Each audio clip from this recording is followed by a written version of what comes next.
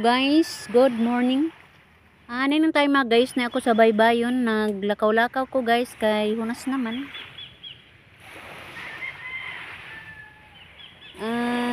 Luag kaayo ang hunasan guys nga akong gilakaw.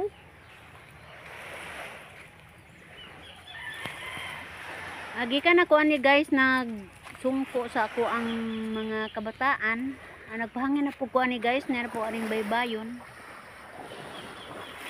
Baybayon ko agi og akong nakita guys nga linaw ang dagat.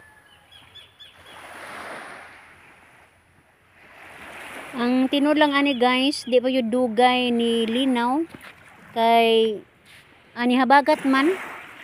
Pero ang nakanindot sa paglinaw sa bagat guys kay murag plansado ang dagat. Patag kaadyo. Di sama sa ubang mga example mga kanang unos-unos.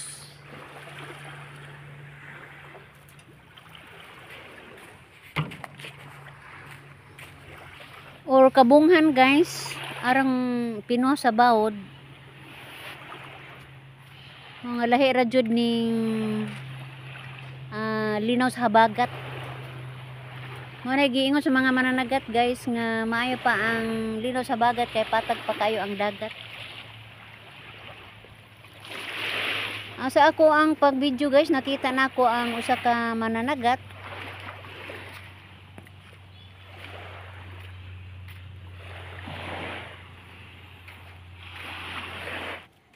Gabaklay ra kining maong mananagat guys. Tingali panud-an ra para sa pamilya. Yang gibaklay ra yang pukot guys, way sakayan.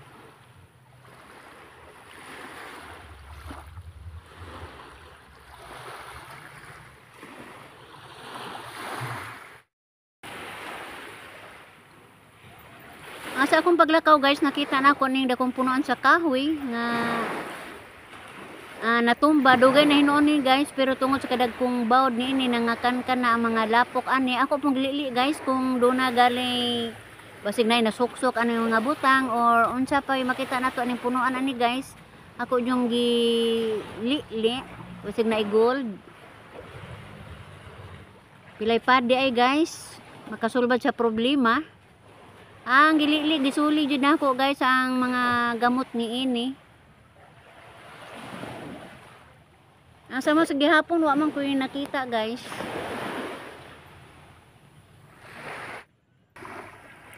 Dito kung dapitan nagikan ani guys, mao nang nakaingkog luag ang hunasan kay bunbun jud ko ng agi guys.